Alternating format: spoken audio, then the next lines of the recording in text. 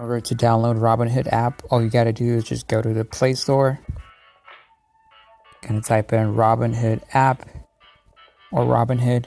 It's gonna be the first thing that'll pop up. You'll click on install, but for me, I already installed it. So to give me an option to install or open, I'm gonna click on the option to open.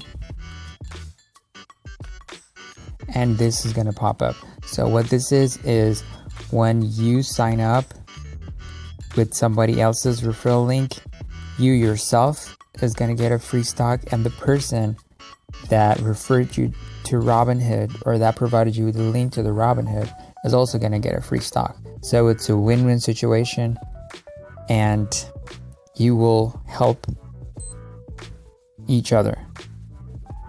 On the next video, I'm going to show you my portfolio and how I'm doing. I'm currently up very well this year, and I didn't even invest any kind of money. I only used the referral link to help me with it. So I'm going to show you in the next video. Make sure you like and you subscribe, and there's going to be in the description box the link to the video, or on the screen there's going to be a link to the video.